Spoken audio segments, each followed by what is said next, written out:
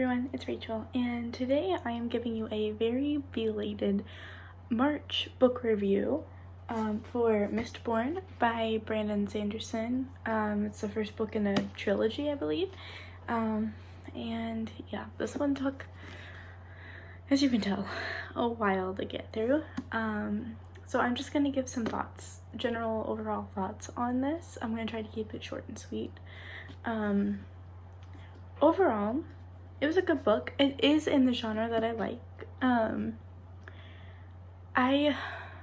There were some things in it that made it harder for me to be invested in.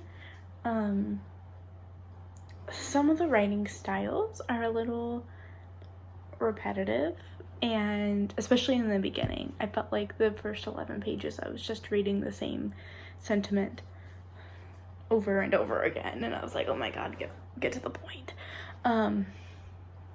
But then I would say it was a slow start, but once it picked up, it it got interesting. Slightly predictable, if you know the genre. Slightly predictable. I will say it does have a female protagonist, for the most part, a female protagonist.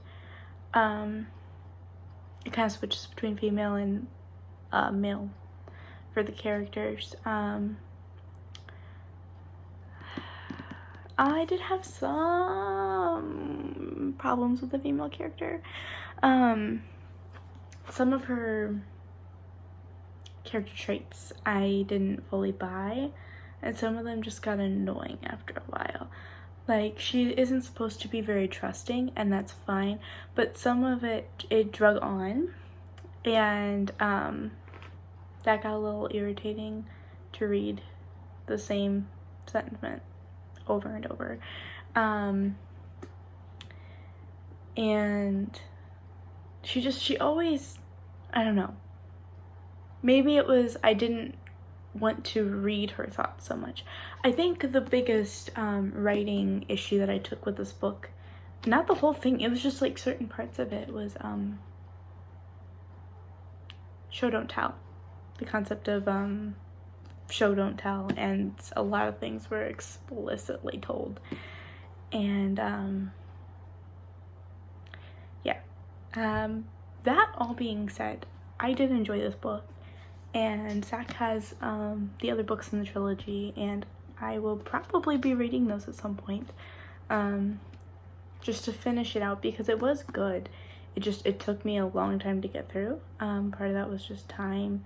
Part of it was harder for me to get into the book and invested in it. But there were days where I was reading for a long period of time, and I was really drawn into it.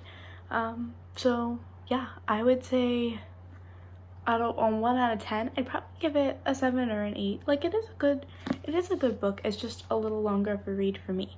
It is 643 pages. Teeny tiny little print. So yeah. So I give it a 7 or 8, pretty high. And now moving on to April's, I have about 10 days to read this one. Is The Girl Behind the Red Rope, written by Ted Dekker.